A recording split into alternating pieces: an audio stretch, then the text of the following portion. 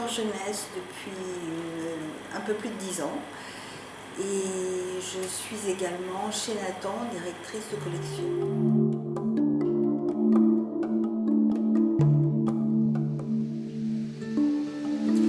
Alors, ma formation, elle est très classique. J'ai été professeure, et professeure par vocation très longtemps, une trentaine d'années. Professeur de lettres classiques, j'oublie de dire, c'est-à-dire évidemment avec une fenêtre ouverte très importante sur l'Antiquité. Professeur d'abord certifié puis agrégé, quand même, hein, pas besoin de le dire. Hein. J'ai arrêté aux alentours de 50 ans pour des raisons très personnelles. Voilà, j'étais très fatiguée pour des raisons perso et j'ai arrêté. Et à partir de là, je me suis dit que j'étais quand même trop jeune pour ne plus rien faire, et donc je me suis demandé quoi faire. Et comme j'avais une passion assez forte pour tout ce qui était mythologie, je racontais des histoires à mes élèves de temps en temps, et je sais qu'ils aimaient ça, donc je me suis dit que j'allais les écrire.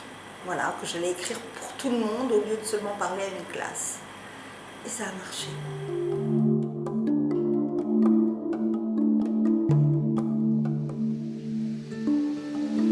J'écris pour la tranche d'âge avec laquelle je me suis sentie le mieux quand j'étais professeure, c'est-à-dire les jeunes adolescents, les pré-ados, ceux qui sont là, qui sont un peu en train de tout casser, mais qui ont aussi besoin de rêver, de se former, et je pense que la mythologie leur convient tout parfaitement. Donc au début, moi j'étais plus partie sur des élèves de 13-14 ans, et je me suis rendu compte que finalement les 12 ans le lisaient très bien aussi, et que les 6e étaient heureux de lire ces histoires.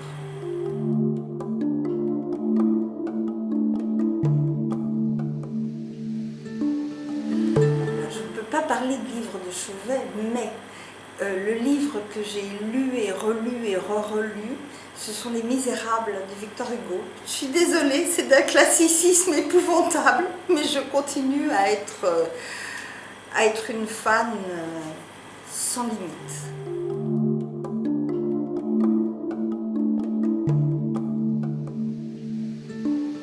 En fait, un seul roman, vraiment, un roman jeunesse aussi, qui concernait l'esclavage. Alors pas du tout l'esclavage en Grèce, mais l'esclavage triangulaire, etc. Donc ça c'était chez Gallimard, où j'ai écrit sur les traces des esclaves. Et c'est moi qui ai porté le sujet, même si après c'était une commande, c'est-à-dire à l'intérieur d'un cadre défini.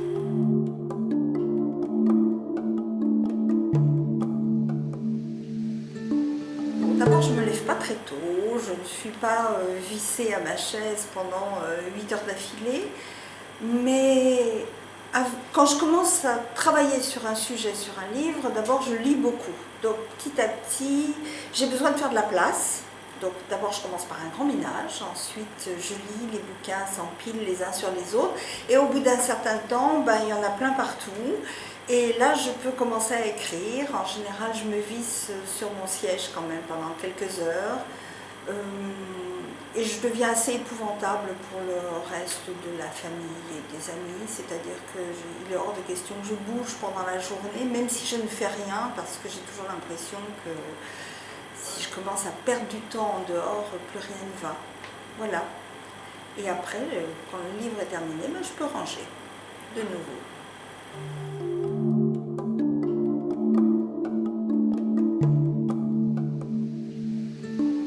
Alors un rapport extrêmement fort. D'abord j'ai conservé un rapport d'amitié, vraiment d'amitié, avec mes 2 éditrices principales, celles qui m'ont suivie aussi bien chez Gallimard que chez Nathan. Et chez Nathan tout particulièrement, parce qu'il y a eu un moment dans ma vie, alors bon, c'est peut-être assez drôle, il y a eu un moment dans ma vie où je n'arrivais pas à écrire. Bon, là encore, pour des raisons personnelles, et j'ai demandé l'aide d'Eva, qui m'a trouvé une place chez Nathan, donc il m'a trouvé un fauteuil, un bureau libre, et je venais, alors j'arrivais parfois très tard, mais je pouvais rester aussi longtemps que je voulais, et les gens passaient autour, les éditeurs, j'ai fait connaissance un peu avec tout le monde, c'était tout à fait agréable, mais par moments, je pouvais me sentir presque un peu bête curieuse comme ça, mais c'était l'auteur en pleine création. Bon, et en fait, j'ai réussi à écrire comme ça. Et je suis arrivée au bout du roman comme ça, et je leur dois une fière chandelle, parce que sinon, je crois que ce roman n'aura peut-être jamais vu le jour, ou alors un an plus tard. Donc c'est très très important. En plus, c'est une relation de confiance, parce que quand j'écris, je pense, comme la plupart des écrivains, je manque totalement de confiance en moi et j'ai besoin d'une lecture derrière, d'une approbation de quelqu'un qui me dit « vas-y, ça c'est bien » ou « ça c'est pas bien » et voilà dans quel sens il faut retravailler. Et voilà, je ne sais pas si elles sont toutes comme ça, mais je suis tombée sur des gens vraiment à la hauteur de leur travail. Et le livre, il est fait à deux, hein. Il n'est pas fait tout seul. Voilà.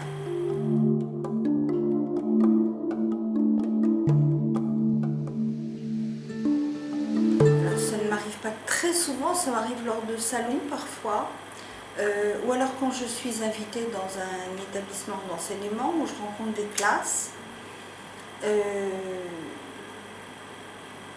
Ce qui est intéressant effectivement quand les enfants ont lu, c'est qu'ils ont une réaction très, comment dire, dans l'émotion, dans l'affect. Donc ça rend tout d'un coup de nouveau très très vivant tout ce qu'on a écrit, tout ce qu'on a essayé de faire passer. Et c'est cela qui est plaisant, c'est-à-dire l'ambition dont je vous ai parlé tout à l'heure, qui était de raconter ces histoires à plus de gens qu'à une seule classe, et bien là on peut vérifier de façon plus personnelle que ça marche souvent. Ça marche souvent, pas à tous les coups, hein. Il y a déjà des gamins qui ont pu me dire que tel bouquin leur plaisait pas trop parce que c'était trop sanglant ou parce que ça pouvait être à propos de certains livres sur la Bible, qu'ils connaissaient déjà l'histoire, enfin bon. Mais sinon, dans l'ensemble, c'est toujours intéressant de pouvoir en discuter avec eux, de vérifier qu'on a écrit pour eux et qu'ils l'ont bien reçu.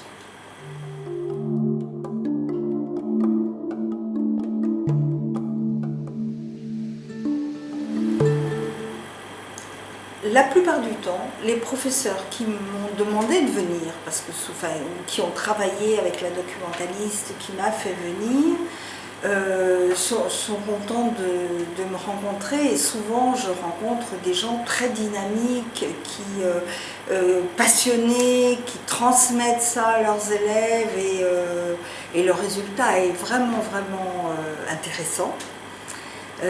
C'est vivant, c'est animé, c'est intelligent. Je peux ajouter une petite note mineure, dirais-je, c'est que parfois certains professeurs,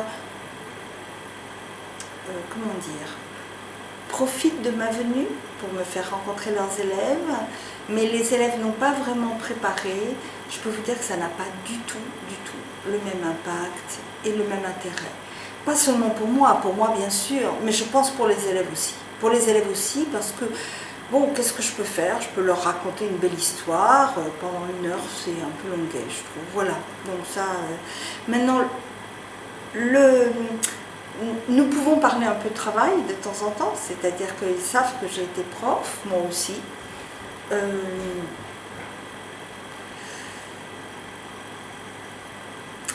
Quand même, j'ai parfois le sentiment que le fait d'être auteur, ça m'a fait passer dans une autre catégorie un petit peu. Donc ce que moi j'évoque, c'est plus des souvenirs en tant que professeur, et pour eux, je ne suis plus tout à fait seulement un professeur, ça c'est très clair.